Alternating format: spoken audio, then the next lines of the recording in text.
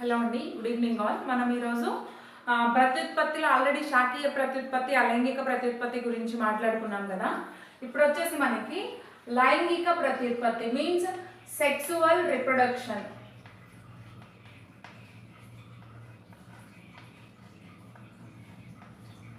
లైంగిక ప్రత్యుత్పత్తి అంటే ఏంటంటే స్త్రీ పురుష సంయోగ బీజాలు కలిసి ఫలదీకరణం చెంది పిల్ల జీవిని ఏర్పరిస్తే దాన్ని లైంగిక ప్రత్యుత్పత్తి ద్వారా పిల్లలు ఏర్పడ్డాయి అంటాం. ఫర్ ఎగ్జాంపుల్ స్త్రీ సంయోగ బీజనం అండం ప్లస్ శుక్రకణం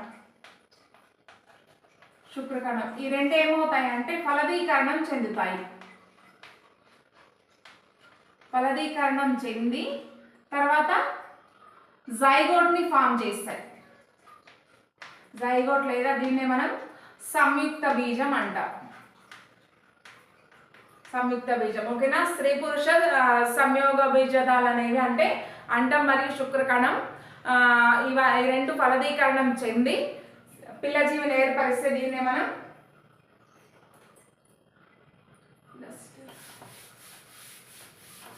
ఫలదీకరణం అంటాం. ఫలదీకరణం అనేది మనకి రెండు రకాలుగా జరుగుతుంది అన్నమాట. ఫలదీకరణం అనేది ఇప్పుడు ఫలదీకరణం అంటే ఏంటంటే స్త్రీ పురుష సంయోగ బీజాల కలయికనే ఫలదీకరణం అని అన్నాం కదా. ఆ ఫలదీకరణ ఎన్ని రకాలుగా జరుగుతుంది అంటే రెండు రకాలుగా జరుగుతుంది ఓకేనా. ఒకటి వచ్చేసి బాహ్య ఫలదీకరణం.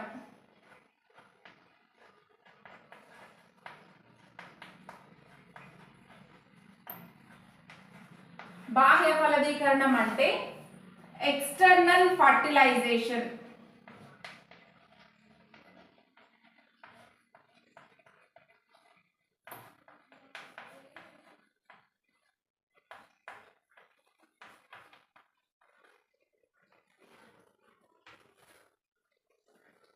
ఎక్స్టర్నల్ ఫర్టిలైజేషన్ అంటే ఈ ఫలదీకరణ స్త్రీ పురుష సంయోగ బీజాల కలయిక అనేది out side of the mother body జరుగుతుంది ఓకేనా.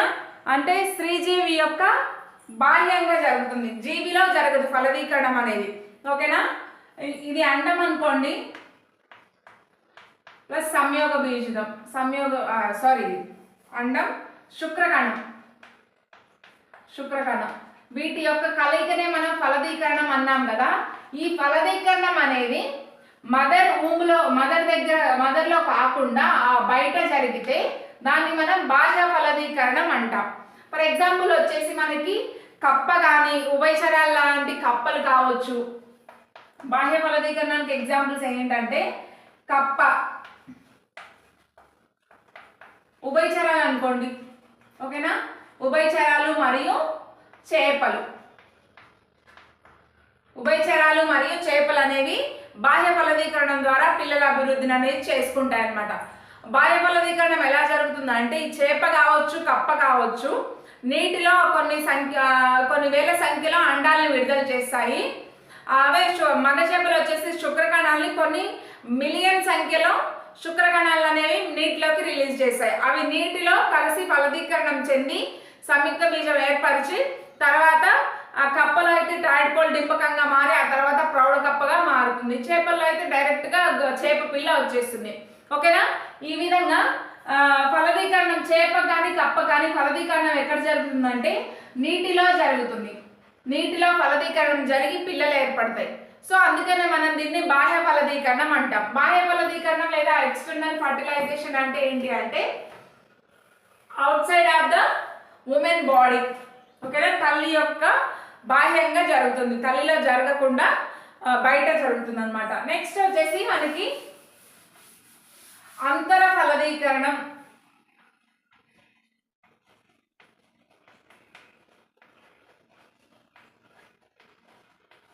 అంతర ఫలదీకరణం అంటే ఇంటర్నల్ ఫర్టిలైజేషన్ ఓకేనా. ఇంటర్నల్ ఫర్టిలైజేషన్ అంటే ఏంటంటే మదర్ యూట్రస్ లోనే మనకి బేబీ గ్రోత్ అనేది జరుగుతుంది ఓకేనా. అండము శుక్రకణం అనేవి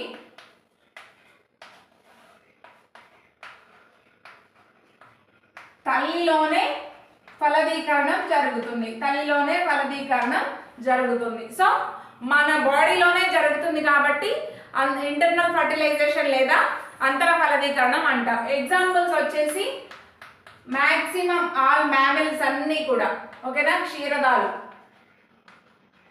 అంతెందుకు మనమే తీసుకున్నా కూడా మన లోపల లేడీస్ మన హ్యూమన్ ఫీమేల్ బాడీలోనే కదా ఫర్టిలైజేషన్ జరిగేది, ఓకేనా.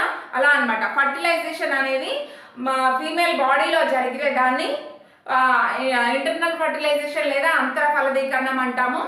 లేదంటే బాడీ అంటే ఉమెన్ యొక్క ఆడజీవి యొక్క బయట జరిగితే మాత్రం దాన్ని బాహ్య ఫలదీకరణం అంటాం. నీటిలో ఎక్కువగా జరుగుతూ ఉంటే వాటికి ఎగ్జాంపుల్ వచ్చేసి మనం చేపలు కానీ లేదంటే ఉభయచరాలైన కప్పలు లాంటివి కానీ బాహ్య ఫలదీకరణానికి ఎగ్జాంపుల్స్ తీసుకోవచ్చు అనమాట, ఓకేనా. ఈ బాహ్య ఫలదీకరణ అంతర ఫలదీకరణం చూసాక మనకేంటంటే ఈ లైంగిక ప్రత్యుత్పత్తిలో జరాయువు క్షీరదాల గురించి ఇవ్వడం జరిగింది. అంటే వీటి యొక్క స్త్రీ పురుష ప్రత్యుత్పత్తి వ్యవస్థలు అధ్యయనం చేయడానికి జరాయువు క్షీరదాలను ఇవ్వడం జరిగింది. ఆ జరాయువు క్షీరదాలలో ముఖ్యమైనవి ఏంటంటే మానవుని యొక్క ప్రత్యుత్పత్తి వ్యవస్థ గురించి మనకి 10th క్లాస్ ప్రత్యుత్పత్తి లెసన్లో ఇవ్వడం జరిగింది, ఓకేనా. ఇప్పుడు మనం మానవుని ప్రత్యుత్పత్తి వ్యవస్థ గురించి చూద్దాం.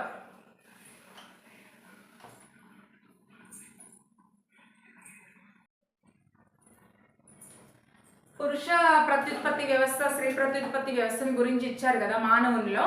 సో మనం ఫస్ట్ పురుష ప్రత్యుత్పత్తి వ్యవస్థను గురించి చూద్దాం. పురుష ప్రత్యుత్పత్తి వ్యవస్థ డయాగ్రమెటిక్ వ్యూ కనుక చూస్తే ఇలా ఉంటుందన్నమాట, ఓకేనా.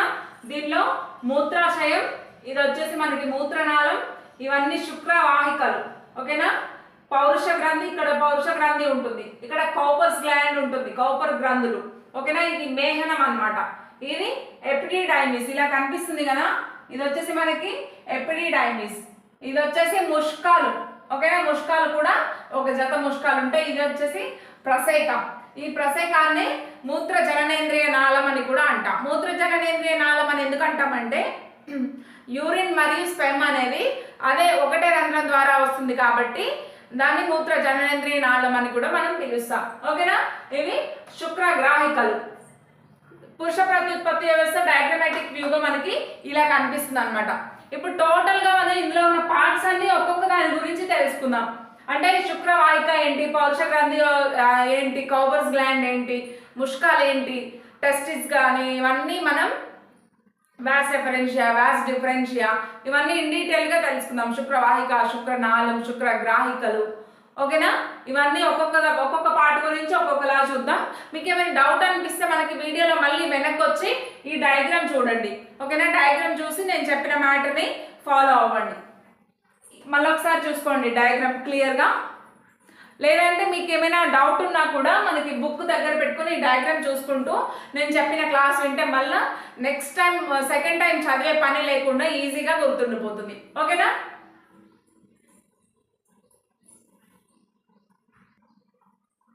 ఫస్ట్ వచ్చేసి మనం ముష్కాల గురించి మాట్లాడుకుందాం. దీన్ని ఇంగ్లీష్లో టెస్టిస్ అని కూడా అంటాం, ఓకేనా. ఈ ముష్కాలు అనేవి మనకి శరీర కుహరానికి బయట వైపున ఉంటాయి, ఓకేనా. పెల్విక్ రీజియన్లో శరీర కుహరానికి బయట వైపున ఉంటాయి. ఎందుకు బయట వైపున ఉంటాయంటే మనకి స్పర్మ్ ప్రొడక్షన్ అనేది మన శరీరం లోపల ఉన్న ఉష్ణోగ్రత కంటే 2 to 2.5 వరకు 2.5 వరకు తక్కువగా ఉండాలన్నమాట, ఓకేనా. స్పెర్మ్ ప్రొడక్షన్కి మన బాడీలో ఉన్న టెంపరేచర్ కంటే 2 నుంచి 2.5 సెల్సియస్ టెంపరేచర్ వరకు తక్కువగా ఉంటేనే స్పెర్మ్ ప్రొడక్షన్ జరుగుతుంది. సో మన ఆ ముష్కాలు అనేవి లోపల శరీరం లోపల ఉంటే మాత్రం స్పెర్మ్ ప్రొడక్షన్ జరగదు. ఎందుకంటే మన బాడీ లోపల ఉన్న టెంపరేచర్ని అది తట్టుకోలేదన్నమాట, ఓకేనా. సో టెంపరేచర్ తక్కువగా ఉంటుంది కాబట్టి ముష్కాలు అనేవి అంటే టెంపరేచర్ దానికి స్పెర్మ్ ప్రొడక్షన్కి శుక్రకణాల ఉత్పత్తికి తక్కువ టెంపరేచర్ కావాలి. మన బాడీలో ఉండే టెంపరేచర్కి అది ప్రొడ్యూస్ చేయలేదు శుక్రకణాలని. సో అందుకే శరీర కుహరానికి బయట వైపున ఉంటుంది పెల్విక్ రీజియన్లో, ఓకేనా. ఈ ముష్కాలు అనేవి ఇలా ఉంటాయి కదా, దీనిలో అనేక మెలికలు తిరిగిన ఇట్లా ఉంటాయి. 2 ముష్కాలు ఇలా ఉంటాయి కదా,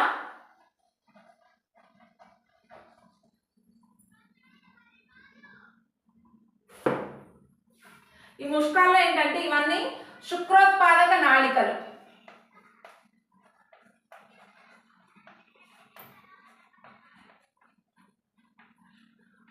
అనేక మెలికలు తిరిగిన శుక్రోత్పాదక నాళికలు అనేవి ఈ ముష్కాల్లో ఉంటాయన్నమాట. ఈ శుక్రోత్పాదక నాళికల నుంచి శుక్రకణాలు ఉత్పత్తి అవుతాయి. అనేక మిలియన్ సంఖ్యలో మిలియన్స్ ఆఫ్ స్పెర్మ్స్ అనేవి కొన్ని వేల మిలియన్ల వరకు మనకి శుక్రకణాలు అనేవి ఈ శుక్రోత్పాదక నాళికల్లో ఉత్పత్తి అవుతాయి. ఎక్కడంటే ముష్కాలో. ముష్కాలు వచ్చేసి మనకి శరీర కుహరానికి బయట వైపున ఉంటాయి. ఎందుకంటే దానికి మన బాడీ టెంపరేచర్ని తట్టుకుని స్పెర్మ్ ప్రొడక్షన్ చేసే శక్తి లేదు. సో 2 to 2 మన బాడీలో ఎంతైతే టెంపరేచర్ ఉందో దానికంటే ఒక 2 లేదా 2.5 సెల్సియస్ వరకు తక్కువ టెంపరేచర్ ఉంటేనే అది స్పెర్మ్ ప్రొడక్షన్ని చేయగలదు. ఓకేనా? అందుకనే మనకి బాడీకి బయట మీన్స్ శరీర కుహరానికి బయట ఉంటుంది అనమాట ఈ ముష్కాలు అనేవి. ఓకేనా? ఈ ముష్కాల్లో ఉండే శుక్రోత్పాదక నాళికలు అనేవి శుక్రకణాలని ఉత్పత్తి చేస్తాయి. ఓకేనా? ముష్కాల్లో వచ్చేసి మనకి టెస్టోస్టిరాన్ అనే హార్మోన్ ఉంటుంది. ఓకేనా? టెస్టోస్టిరాన్ అనే హార్మోన్ ఎక్కడ ఉంటుందంటే ముష్కాలలో ఉంటుందన్నమాట. ఇది మనకి ముష్కాల గురించిన ఇన్ఫర్మేషన్.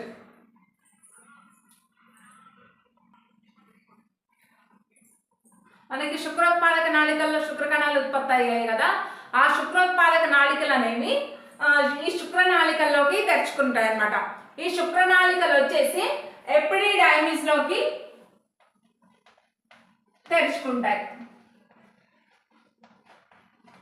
ఎపిడిడైమిస్ లోకి శుక్రనాళికలు అనేవి తెరుచుకుంటాయి అన్నమాట. ఈ ఎపిడిడైమిస్ లో ఏంటంటే అనేక మెలికలు తిరిగిన నాళం అన్నమాట. ఎపిడిడైమిస్ అనేది అనేక మెలికలు తిరిగిన నాళం. ఓకేనా?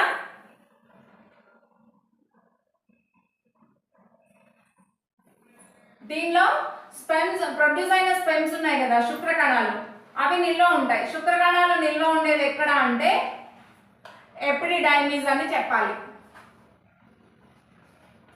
నెక్స్ట్ వచ్చేసి మనకి వాస డిఫరెన్షియా. వాస డిఫరెన్షియా అంటే ఏంటంటే శుక్రవాహికలు.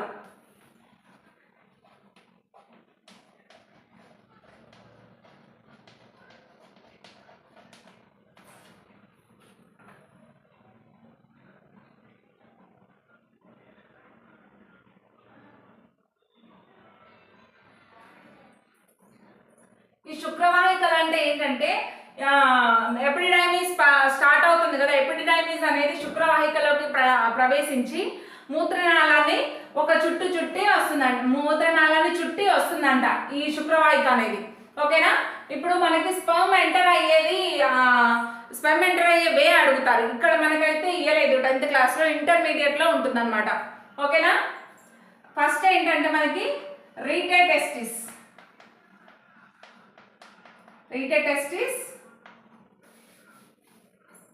vas efferentia,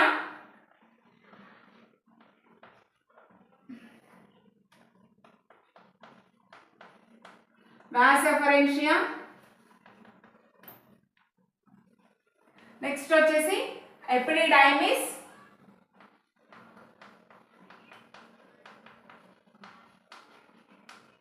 తర్వాతకి లాస్ట్కి వాస్ డిఫరెన్స్. స్పెర్మ్ ఎంటర్ అంటే స్పెర్మ్ పాత్వే చెప్పండి అంటే మాత్రం ఇది చెప్పాలి. ఫస్ట్ రీటే టెస్టిస్ లో ప్రొడ్యూస్ అవుతుంది. రీటే టెస్టిస్ లో శుక్రోత్పాదక నాళిక ద్వారా ప్రొడ్యూస్ అయ్యి వాస్ ఎఫరెన్షియాకి చేరుతుంది. వాస్ ఎఫరెన్షియా అంటే మనకి శుక్రనాళికలు. ఓకేనా? శుక్రనాళికల తర్వాత ఎపిడిడైమిస్ లోకి చేరుతుంది. శుక్రనాళికల నుంచి ఎపిడిడైమిస్ లోకి వచ్చి ఎపిడిడైమిస్ లో నిల్వ ఉంటుంది. ఎపిడిడైమిస్ తర్వాతకి మళ్ళీ ఎక్కడికి వెళ్తుందంటే వాస్ డిఫరెన్షియా మూత్రనాళికల్ని ఒక చుట్టి వస్తుంది అనమాట. అంటే ఆ తర్వాత మళ్ళీ అది ఎజాక్యులేట్ ద్వారా వేరే బాడీలోకి వెళ్ళిపోతుంది, అది వేరే విషయం. కానీ స్పెర్మ్ పాత్వే అడిగితే మనం ఇది చెప్పాలి. ఓకేనా? దీన్ని ఎలా గుర్తుపెట్టుకుంటారంటే దీనికి ఒక కోడ్ చెప్తాను, రీడ్ అని గుర్తుపెట్టుకోవాలి. స్పెర్మ్ పాత్వే అడిగినప్పుడు రీడ్ అనే కోడ్ మనకు గుర్తు రావాలి. రీడ్ అంటే rete testis, E means efferentia, E means epididymis, D means vas deferentia. ఓకేనా? రీడ్ అనే కోడ్ గుర్తుపెట్టుకుంటే మనకి స్పెర్మ్ పాత్వే, స్పెర్మ్ ఎలా ప్రయాణిస్తుంది అనే పాత్వే మనకి తెలుస్తుంది. ఫస్ట్ టెస్టిస్ లో తయారయ్యి వాస్ డిఫరెన్షియాకి వెళ్ళి ఎపిడిడైమిస్ లో నిల్వ ఉండి వాస్ డిఫరెన్షియా ద్వారా వెళ్ళిపోతుంది అనమాట. ఓకేనా, ఎజాక్యులేషన్ ద్వారా వెళ్ళిపోతుంది. ఇది మనకి స్పర్మ్ పాత్వే అనమాట.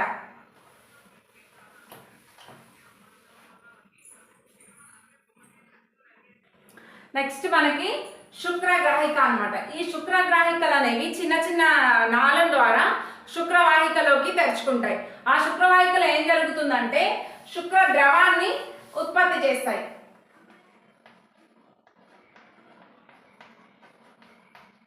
శుక్రద్రవాన్ని ఉత్పత్తి చేస్తాయి. ఈ శుక్రద్రవం దేనికి ఉపయోగపడుతుందంటే శుక్రకణాలు ఉన్నాయి కదా, వాటి యొక్క పోషణకి ఈ శుక్రద్రవం అనేది ఉపయోగపడుతుంది.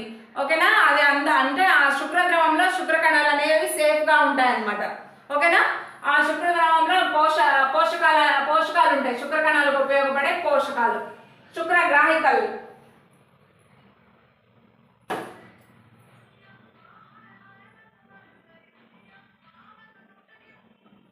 నెక్స్ట్ వచ్చేసి మనకి స్ఖలన నాళం అంటే ఎజాక్యులేటరీ డక్ట్. అంటే శుక్రగ్రాహికలు అనేవి చిన్న నాళం ద్వారా శుక్రవాహికలోకి తెరుచుకున్న తర్వాత అవి శుక్ర ద్రవాన్ని ఏర్పరుస్తే ఆ శుక్ర ద్రవంలో మనకి పోషకాలు ఉంటాయి. అంటే శుక్రకణం వచ్చేసి యాక్టివ్గా ఉండడానికి ఉపయోగపడుతుంది. ఓకేనా, అంటే మేల్ పర్సన్ నుంచి మగజీవి నుంచి బయటికి వెళ్ళిపోయిన తర్వాత శుక్రకణాలు శుక్రద్రవం కలిసి బయటికి వెళ్ళిపోయిన తర్వాతకి అందులో శుక్రకణాల్లో ఈ శుక్రద్రవంలో శుక్రకణాలు అనేవి ఈత కొడుతూ పోషణకి మరియు అవి చలించడానికి కూడా ఈ శుక్రద్రవం అనేది ఉపయోగపడుతుంది. మీన్స్ మనకి ఎజాక్యులేషన్ అయిన తర్వాత ఫీమేల్ బాడీలోకి వెళ్ళిపోతుంది కదా స్పర్మ్ అనేది, సో అప్పుడు పోషణకు ఉపయోగపడుతుంది అనమాట. ఓకేనా, స్ఖలన నాళం కూడా ఏంటంటే అంటే శుక్రగ్రాహికల ద్వారా శుక్రవాహికలోకి ప్రయాణిస్తుంది. శుక్రవాహికలోకి ప్రయాణించిన తర్వాత సన్నని నాళాల ద్వారా ప్రసేకంగా మారుతుంది అనమాట ఈ స్ఖలన నాళం అనేది. ఓకేనా,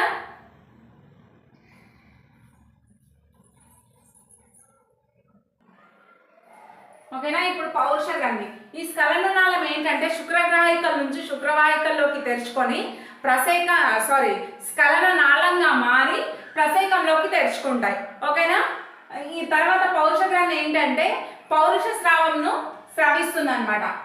ఓకేనా, పౌరుష స్రావంను స్రవిస్తుంది. ఈ పౌరుష స్రావం ఏం చేస్తుందంటే శుక్రకణాలకి పోషణ మరియు ఉత్తేజపరచడం, పోషణకు ఉపయోగపడుతుంది మరియు శుక్రకణాలని ఉత్తేజపరచడానికి కూడా ఈ పౌరుష గ్రంథి స్రవించే పౌరుష స్రావం అనేది ఉపయోగపడుతుంది అనమాట. నెక్స్ట్ వచ్చేసి మనకి కౌబర్ గ్లాండ్. ఓకేనా, కౌబర్ గ్రంథి చూద్దాం.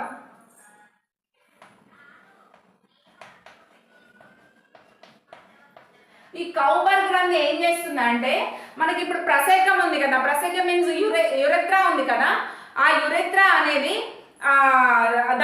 యురెత్రా యొక్క గోడలు ప్రసేకం యొక్క గోడలు ఆమ్లత్వాన్ని కలిగి ఉండి శుక్రకణాలు అనేవి నునుపుగా జారిపోవడానికి వీలుగా వాటి గోడల్ని మారుస్తుంది అనమాట.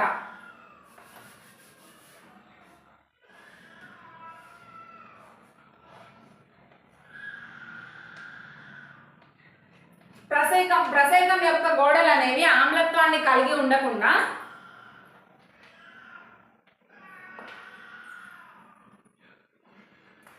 ఇక్కడ ప్రసేకంలో ఆమ్లత్వాన్ని తటస్థీకరిస్తుంది. ఓకేనా, ఈ ప్రసేకం కదా, దీని యొక్క గోడలో ఆమ్లత్వాన్ని తటస్థీకరిస్తుంది అనమాట ఈ కౌబర్ గ్లాండ్ యొక్క స్రావం. ఓకేనా, ఆ ఆమ్లత్వాన్ని తటస్థీకరించి శుక్రకణాలు ఈజీగా జారిపోయేలాగా నునుపుదనాన్ని ఏర్పరుస్తుంది. ఓకేనా, దీనికోసం మనకి ఈ కౌబర్ గ్లాండ్ ఉపయోగపడుతుంది.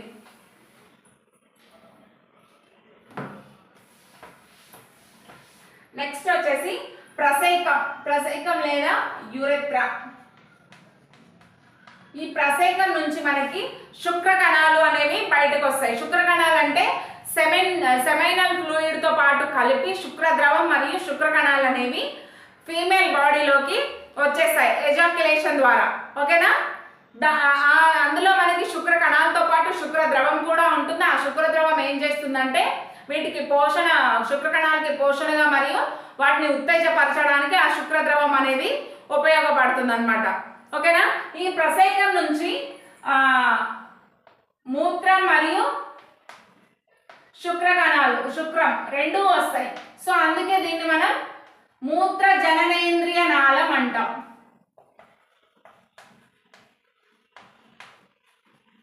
మూత్ర జననేంద్రియ నాళం. అదే స్త్రీలలో అయితే జనన సంయోగ అంటే అండాలకు మనకి పీరియడ్ వస్తుంది కదా, వెజైనా త్రూ ద అండం అనేది బయటికి రావడం జరుగుతుంది పీరియడ్ వస్తే ఇన్ కేస్. ఓకేనా, అంటే మనకి వెజైనా త్రూ ద రిప్రొడక్షన్ అనేది జరుగుతుంది. కానీ అక్కడ యూరినరీ ట్రాక్ట్ వేరు, మనకి రిప్రొడక్టివ్ ట్రాక్ట్ వేరు. కానీ పురుషుల్లోకి వచ్చేసరికి యూరినరీ ట్రాక్ట్ మరియు రిప్రొడక్టివ్ ట్రాక్ట్ రెండు ఒకటే అన్నమాట. స్పెర్మ్ ప్లస్ యూరిన్ ఒకటే రంధ్రం నుంచి బయటికి రావడం జరుగుతుంది. సో అందుకే దీన్ని మనం మూత్ర జననేంద్రియ నాళం అంటాం. In English it is called urinogenital duct.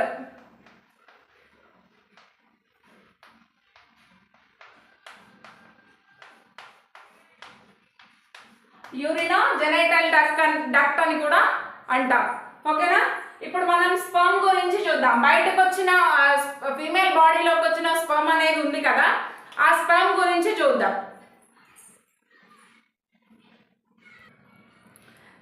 శుక్రకణం గురించి చూసినట్లయితే మనకి శుక్రకణం ఇలా కనిపిస్తుంది అనమాట. ఓకేనా, ఇది యాక్రోసోము. తలలో కేంద్రకం ఉంటుంది. కేంద్రకం కలిగిన తల అనేది శుక్రకణంలో ఉంటుంది. మెడ, తోక. ఓకేనా, ఇక్కడ మైటోకాండ్రియాలు కూడా ఉంటాయి అన్నమాట. ఈ ఏక్రోసోమ్ ఏం చేస్తుందంటే మనకి అండంలోకి శుక్రకణం అనేది చొచ్చుకుపోవడానికి, ఇట్లా అండం ఉంటుంది కదా, అండంలోకి చొచ్చుకొని పోవడానికి ఈ ఏక్రోసోమ్ ఉపయోగపడుతుంది. దీని ద్వారా అండంలోకి చొచ్చుకొని వస్తుంది శుక్రకణం. ఓకేనా, తలలో కేంద్రకం కలిగిన తల అనేది దీనికి ఉంటుంది. ఈ కేంద్రకం ఏమవుతుందంటే అంటే అండం శుక్రకణం వచ్చి అండంతో కలిసినప్పుడు ఆ తలలో ఉన్న కేంద్రకం అనేది అండంలోకి వెళ్ళి ఫలదీకరణం జరుగుతుంది. ఓకేనా, ఇక్కడ మైటోకాండ్రియా ఉంటుంది. ఈ మైటోకాండ్రియా అనేది మనకి శుక్రకణం కదలడానికి అవసరమైన శక్తిని ఉత్పత్తి చేయడానికి మైటోకాండ్రియాలు అవసరం అవుతాయి. మైటోకాండ్రియాలు ఏంటంటే మనకి శక్తి ప్రొడ్యూస్ అవుతుంది కదా, ఆ ఇది కదలడానికి శుక్రకణం మూమెంట్కి ఏదైతే శక్తి అవసరమో అది మైటోకాండ్రియా ద్వారా మనకి ప్రొడ్యూస్ అవుతుంది అనమాట శుక్రకణంలో. ఓకేనా, తోక వచ్చేసి కదలడానికి ఉపయోగపడుతుంది. శుక్ర ద్రవంలో తోక ఇలా కదులుకుంటూ వెళ్ళిపోతుంది. ఓకేనా, మనకి ఇప్పుడు శుక్రగ్రాహికలు ఉత్పత్తి చేసే స్రావం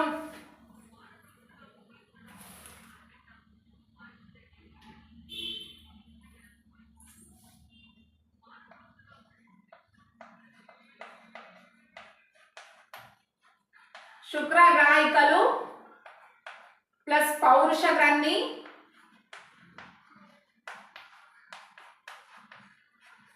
ప్లస్ కౌపర్స్ గ్రంథులు. కౌపర్ గ్రంథి, పౌరుష గ్రంథులు మరియు కౌపర్ గ్రంథులు మరియు శుక్రగ్రాహికలు ప్రొడ్యూస్ చేసే స్రావాన్ని ఏమంటామంటే సెమైనల్ ప్లాజ్మా అంటాం. ఓకేనా, దీన్ని ఏమంటామంటే సెమైనల్ ప్లాజ్మా.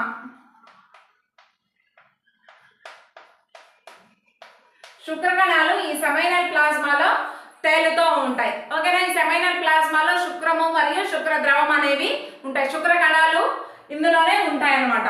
ఇవి పోషణకి మరియు శుక్రకణాన్ని ఉత్తేజపరచడానికి వీటన్నిటికీ మనకి ఈ గ్రంథి స్రావాలు మొత్తం ఈ సెమైనల్ ప్లాజ్మా అనేది శుక్రకణం యొక్క ఉత్తేజానికి మరియు పోషణకి ఉపయోగపడుతుంది అనమాట.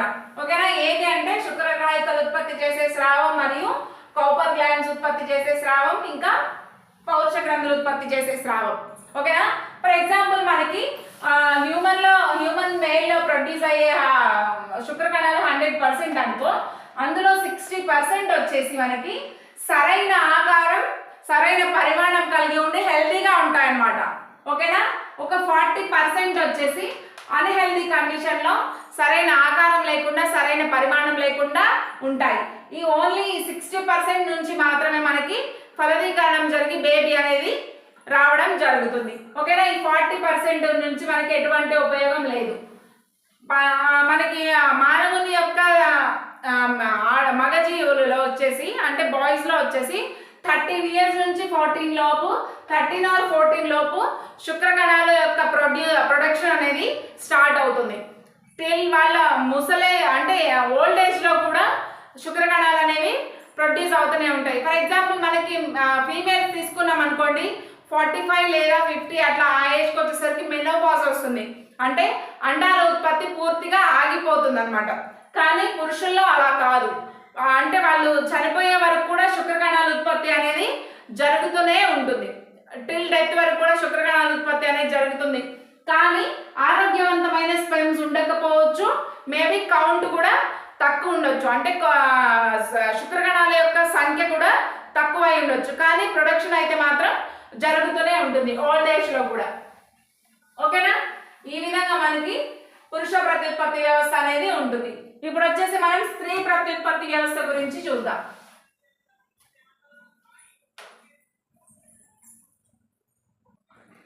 స్త్రీ ప్రత్యుత్పత్తి వ్యవస్థ గురించి మాట్లాడుకుందాం మనం. స్త్రీ ప్రత్యుత్పత్తి వ్యవస్థలో వచ్చేసి స్త్రీ బీజకోశం, స్త్రీ బీజ వాహికలు, యోని, గర్భాశయం ఇవన్నీ చూడొచ్చు మనం. ఓకేనా? ఒక జత స్త్రీ బీజకోశాలు, ఒక జత స్త్రీ బీజ వాహికలు లేదా ఫాలోపియన్ ట్యూబ్స్ అంటాం వీటిని, ఒక యోని, ఒక గర్భాశయం అనేది స్త్రీ ప్రత్యుత్పత్తి వ్యవస్థలో మెయిన్ భాగాలు అన్నమాట. ఓకేనా? మనకి అండాలు అనేవి స్త్రీ బీజకోశంలో ప్రొడ్యూస్ అవుతాయి. దీన్ని మనం ఓవరీ అంటాం. ఓకేనా? ఓవరీస్. ఈ ఓవరీస్ లో ఒక చిన్న పుటిక లాంటి నిర్మాణం ఉంటుంది. ఓకేనా? ఇలా పుటిక లాంటి నిర్మాణం ఉంటుంది. ఈ పుటిక ఏంటంటే క్షయకణ విభజన జరిగి పరిమాణంలో పెరుగుతూ దాంతోపాటు దానిలో ద్రవం కూడా ఉంటుంది అనమాట. ఆ గ్రాఫియన్ పుటికలో ద్రవం ఉంటుంది, ద్రవంతో పాటు ద్రవం పెరుగుతుంది, దాంతోపాటు పరిమాణం కూడా పెరుగుతూ క్షయకణ విభజన చెంది ఒక అండాన్ని అనేది విడుదల చేస్తుంది.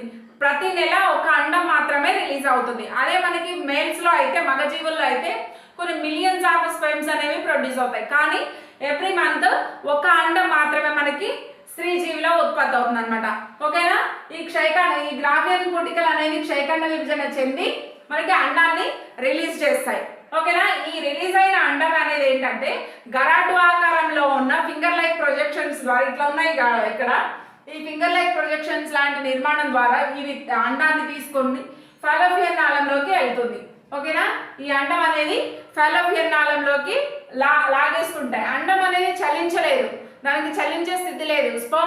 స్పర్మ్ అయితే చలిస్తుంది కానీ అండం చలించలేదు. కానీ ఈ గరాటు లాంటి నిర్మాణం ఫింగర్ లైక్ ప్రొజెక్షన్స్ అనేవి అండాన్ని స్త్రీ బీజకోశం నుంచి ఇలా తీసేసుకుంటాయి అనమాట. ఓకేనా? అదే సమయంలో మనకి ఇక్కడ శుక్రకణం వచ్చి దీన్ని చేరి రెండు కలిసి ఫలదీకరణం చెందితే సంయుక్త బీజం ఏర్పడుతుంది ఫాలోపియన్ నాళంలో. అండానికి అంటే రెండు శుక్రకణం అండాన్ని చేరక ముందు, అంటే ఆ రెండు శుక్రకణం అండం అనేది రెండు కలిసినాక వాటి కేంద్రకాలు కలవక ముందే అండంలో మళ్ళీ ఒక క్షయకణ విభజన అనేది అండం యొక్క కేంద్రకంలో మళ్ళీ క్షయకణ విభజన క్షయకణ విభజన 2 అనేది జరుగుతుంది. ఆల్రెడీ మనకి గ్రాఫియన్ ఫాలిక్యుల్లో క్షయకణ విభజన జరిగింది కదా. ఈ రెండు వచ్చిన తర్వాత కేంద్రకాల సంయోగం జరగక ముందు శుక్రకణం వచ్చి అండాన్ని కలుస్తుంది, కానీ ఆ రెండు కేంద్రకాలు కలవక ముందే మళ్ళీ క్షయకణ విభజన 2 అనేది ఇక్కడ అండంలో జరుగుతుంది అనమాట. ఓకేనా? అది జరిగిన తర్వాత సంయుక్త బీజాన్ని ఏర్పరుస్తాయి. అది జరిగిన తర్వాత ఆ రెండు కేంద్రకాలు కలిసిపోయి సంయుక్త బీజాన్ని ఏర్పరుస్తాయి. ఈ సంయుక్త బీజం ఇప్పుడు ఫాలోపియన్ నాళంలో ఉందన్నమాట. ఈ ఫాలోపియన్ నాళం నుంచి విభజనలు జరుపుకుంటూ సమవిభజన జరుగుతాయి సంయుక్త బీజంలో. ఓకేనా? విభజనలు జరుపుకుంటూ వచ్చి కణాల బంతి వలె వచ్చి గర్భాశయంలోని ఎండోమెట్రియం లేయర్కి అంటి పెట్టుకుంటుంది. ఓకేనా? దీన్నే మనం పిండ ప్రతిస్థాపన అంటాం.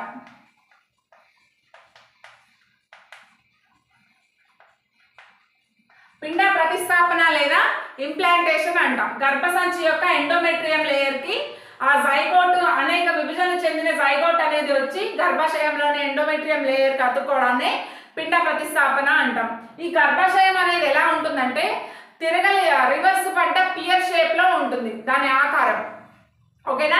ఎండోమెట్రియం లేయర్ అనేది దాని గోడలు మందంగా మార్చుకొని ఇంప్లాంటేషన్కి రెడీగా ఉంటుంది. ఇన్కేస్ మనకి ఫర్టిలైజేషన్ జరిగి ప్రెగ్నెన్సీ కన్ఫర్మ్ అయితే మాత్రం ఈ ఎండోమెట్రియం లేయర్ ఇంప్లాంటేషన్ జరిగిన తర్వాత ఇంకా దాని గోడలు అనేవి మందంగా మార్చుకొని బేబీకి అనువుగా ఉంటుంది అనమాట. ఇన్కేస్ ఆఫ్ మనకి ప్రెగ్నెన్సీ కన్ఫర్మ్ కాలేదు, ఫర్టిలైజేషన్ అవ్వలేదు, అప్పుడు ఏమవుతుంది అంటే ఎండోమెట్రియం లేయరు డ్రాప్ అవుట్ అయింది, అంటే బ్లడ్ లాగా బయటకు వచ్చేస్తుంది పీరియడ్ రూపంలో. ఓకేనా, ఎవ్రీ మంత్ మనకి పీరియడ్ వచ్చేది ఏంటంటే అండం ఫలదీకరణం కాకపోతే అంటే ఎవ్రీ మంత్ మనకి ఏం జరుగుతుందంటే ఎండోమెట్రియం లేయర్ అనేది దాని గోడలు మందంగా మార్చుకుంటుంది. ఇన్ కేస్ మనకి ప్రెగ్నెన్సీ కన్ఫర్మ్ అయితే ఇంప్లాంటేషన్ వచ్చి జరుగుతుంది కదా, దానికి ఆ ఇంప్లాంటేషన్ జరిగిన తర్వాత ఇంకా దాని మందం అనేది పెంచుకుంటుంది. In case of absence of pregnancy confirm కాలేదు, ఫర్టిలైజేషన్ జరగలేదు, అలా అయితే ఆ మందంగా పెరిగిన గోడ ఎండోమెట్రియం గోడ ఏదైతే ఉందో అది మొత్తం ఇలా వస్తుంది అనమాట. మ్యూకస్ మరియు బ్లడ్తో కలిసి ఇలా వస్తుంది. ఇలా గోడను చీల్చుకొని ఇలా వచ్చేసి పీరియడ్ రూపంలో యోని ద్వారా బయటికి వెళ్ళిపోతుంది. ఓకేనా, ఈ విధంగా జరుగుతుంది అనమాట. ఇంప్లాంటేషన్ జరిగిన తర్వాత అది అనేక విభజనలు జరుగుతుంది. ఓకేనా, విభజనలు జరుపుకుంటూ వెళ్ళిన తర్వాత దానిలో వివిధ పొరలు అనేవి ఏర్పడతాయి. ఏంటి ఆ పొరలు అంటే కోరియన్, అలెంటాయిన్, ఉల్బం మరియు జరాయువు, పరాయువు ఇట్లాంటివన్నీ ఉంటాయన్నమాట లేయర్స్. ఆ లేయర్స్ గురించి మనం మాట్లాడుకుందాం. ఓకేనా, మనకి స్త్రీ ప్రత్యుత్పత్తి వ్యవస్థ గురించి క్లియర్గా అర్థమైంది కదా. ప్రొజెస్టెరాన్ మరియు ఈస్ట్రోజన్ అనేవి స్త్రీ ప్రత్యుత్పత్తి వ్యవస్థలో మనకి మెయిన్గా ఉపయోగపడే హార్మోన్స్ అన్నమాట. ఓకేనా, ప్రొజెస్టెరాన్ మరియు ఈస్ట్రోజన్ అనేవి బిడ్డ ప్రతిస్థాపన కావచ్చు, అండం విడుదల కావచ్చు, ఫాలికల్ స్టిమ్యులేటింగ్ హార్మోన్ అయితే అండోత్సర్గానికి. ఎవ్రీ మంత్ మనకి ఒక అండం అనేది రిలీజ్ అవుతుంది కదా, ఇక్కడ నుంచి అంటే ఈ గ్రాఫియన్ ఫాలికల్ నుంచి ఎవ్రీ మంత్ ఒక అండం అనేది రిలీజ్ అవుతుంది. దీన్నే మనం అండోత్సర్గం అంటాం. గ్రాఫియన్ ఫాలికల్ నుంచి ఒక అండం రిలీజ్ అవుతుంది, దాన్నే అండోత్సర్గం అంటాం. ఒక మంత్ పొడి స్త్రీ బీజకోశం నుంచి రిలీజ్ అయితే ఇంకో మంత్ ఎడమ స్త్రీ బీజకోశం నుంచి అండం అనేది రిలీజ్ అవ్వడం జరుగుతుంది. అండం విడుదలనే అండోత్సర్గం అంటాం. ఓకేనా, ఈ విధంగా మనకి స్త్రీ ప్రత్యుత్పత్తి వ్యవస్థ అనేది కనిపిస్తుంది. నెక్స్ట్ వచ్చేసి అసలు పిండంలో ఏవేవి లేయర్స్, ఏమేమి పొరలు ఉన్నాయి, జరాయువు కావచ్చు, పరాయువు కావచ్చు, ఉల్బం కావచ్చు, అళిందం కావచ్చు, ఇట్లాంటివన్నీ మనం చూద్దాం ఇప్పుడు. ఓకేనా,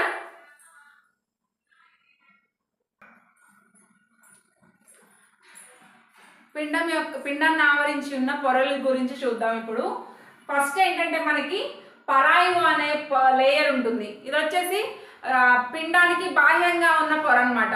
ఓకేనా, గర్భాశయాన్ని అంటుకొని ఉండే పొర పరాయువు. ఈ పరాయువు ఏంటంటే గర్భాశయ గోడల్లోకి ఇలా వేల లాంటి నిర్మాణాలలాగా చొచ్చుకొని పోయి పిండం చుట్టూ పెరుగుతుంది అనమాట. ఓకేనా, ఆ పరాయువు మళ్ళీ జరాయువుని కూడా ఏర్పరుస్తుంది. పరాయువే కొన్ని వేల లాంటి నిర్మాణాలు కలిసి జరాయువు నిర్మాణాన్ని ఏర్పరుస్తాయి అన్నమాట. ఉల్బం వచ్చేసి మనకి పిండం చుట్టూ ఉన్న ద్రవము. ఈ ఉల్బం ఏంటంటే చిన్న చిన్న అగాధాల నుంచి పిండాన్ని కాపాడడానికి ఉపయోగపడుతుంది. నెక్స్ట్ వచ్చేసి నాభిరజ్జువు. ఈ నాభిరజ్జువు అనేది బేబీ యొక్క బొడ్డు నుంచి ఏర్పడుతుంది. ఓకేనా, ఇదేంటంటే బేబీని మరియు మదర్ని కలిపి ఉంచే ఒక అంబ్లికల్ కార్డ్ అంటాం కదా ఇంగ్లీష్లో.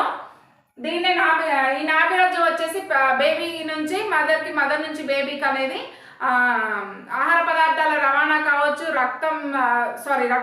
రక్తం అనేది బేబీది మరియు మదర్ది ఎట్టి పరిస్థితుల్లోనూ కలవదన్నమాట. ఓకేనా, కార్బన్ డైఆక్సైడ్ రవాణా, ఆక్సిజన్ రవాణా, పోషకాల రవాణా, ఇవన్నీ వ్యర్థ పదార్థాల రవాణా ఇవన్నీ జరుగుతాయి త్రూ ద డిఫ్యూజన్, అంటే వ్యాపనం ద్వారా ఈ పొరల్లో జరుగుతాయి తప్పిస్తే బ్లడ్ అనేది జరగదు. ఓకేనా, ఒక సన్నని పొర ద్వారా మదర్ బ్లడ్కి మరియు బేబీ బ్లడ్కి సన్నని పొర అనేది అడ్డుగా ఉంటుంది. ఓకేనా, ఈ విధమైన పొరలు అనేవి బేబీ చుట్టూ ఉంటాయి. అంబ్లికల్ కార్డ్ వచ్చేసి బేబీ ఎప్పుడైతే బర్త్ అవుతుందో పుట్టిన తర్వాతకి అంబ్లికల్ కార్డ్ అనేది కట్ చేస్తారనమాట. నెక్స్ట్ వచ్చేసి సొనసంచి అనే నిర్మాణం ఉంటుంది. అది జరాయువు క్షీరదాల్లో సొనసంచి యొక్క ఉపయోగం ఏంటి అనేది మనకి ఇప్పటి వరకు తెలియదు అనమాట. దీని తర్వాత శిశు జననం అనే ప్రాసెస్ చూద్దాం. శిశు జననం అనేది 9 నెలలు నిండిన తర్వాతకి మన పెల్విక్ రీజియన్ కూడా కొంచెం పెరుగుతుంది కదా, దానికి అనుగుణంగా ఎందుకు పెల్విక్ రీజియన్ పెరుగుతుంది అంటే డెలివరీకి అనుకూలంగా ఆ బోన్స్ అనేవి పెరిగేలా చేస్తాయి అనమాట. ఓకేనా, ఆ డెలివరీ టైంలో ఏంటంటే మనకి ఆక్సిటోసిన్ అనే హార్మోన్ రిలీజ్ అవుతుంది.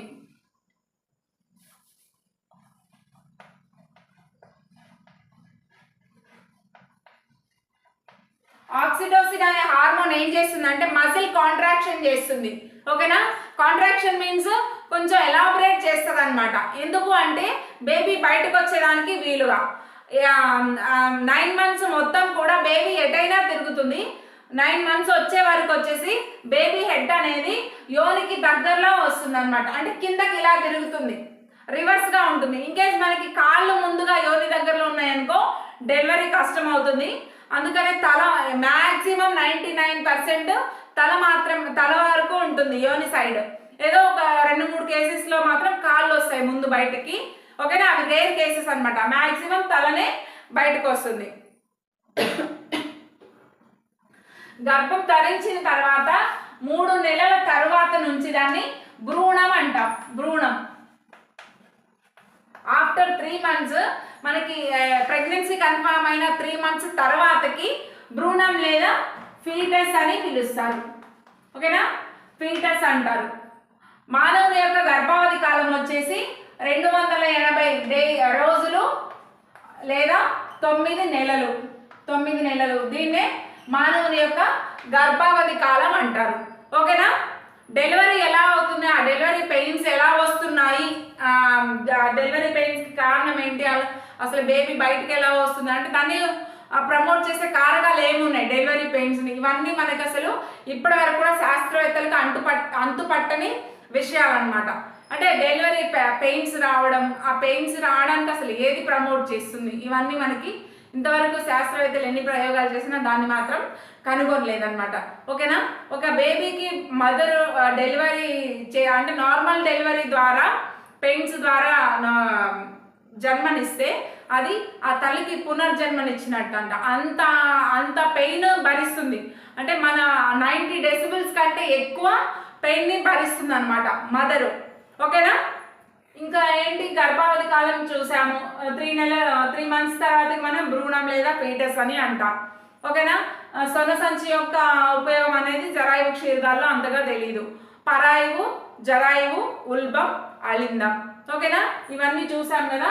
ఇది మనకి స్త్రీ ప్రత్యుత్పత్తి వ్యవస్థ గురించి కంప్లీట్ అయిపోయింది అనమాట.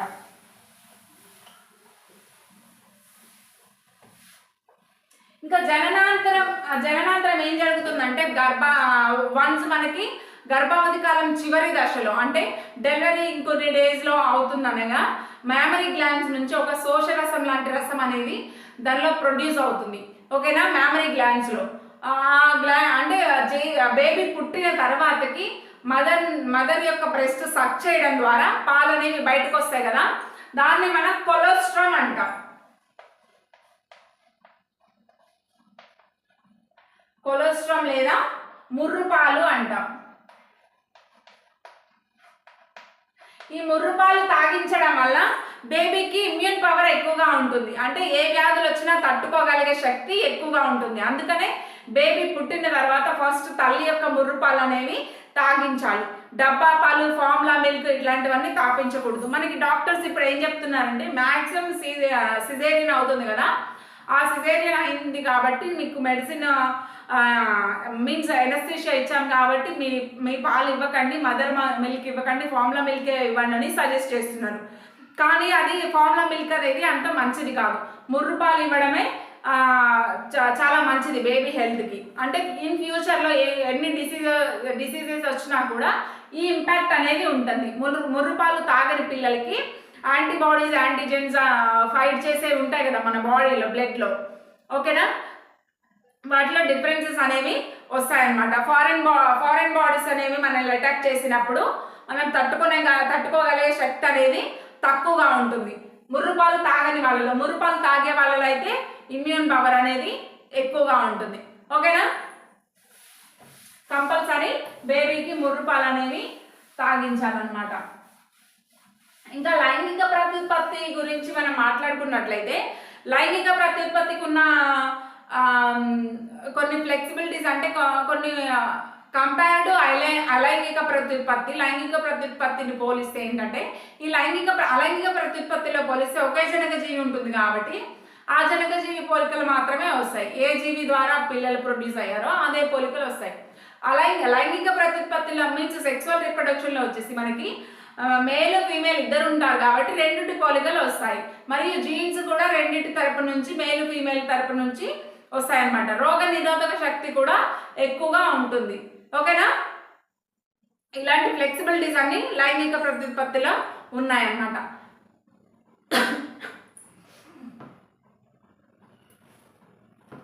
లైంగిక ప్రత్యుత్పత్తికి మనకి ఎక్కువ సమయం పట్టడం కానీ, ఎక్కువ శక్తి వృధా కావడం కానీ ఇట్లాంటివన్నీ జరగవు. ఓకేనా? నెక్స్ట్ వచ్చేసి మనకి మొక్కల్లో లైంగిక ప్రత్యుత్పత్తి గురించి మాట్లాడుకుందాం.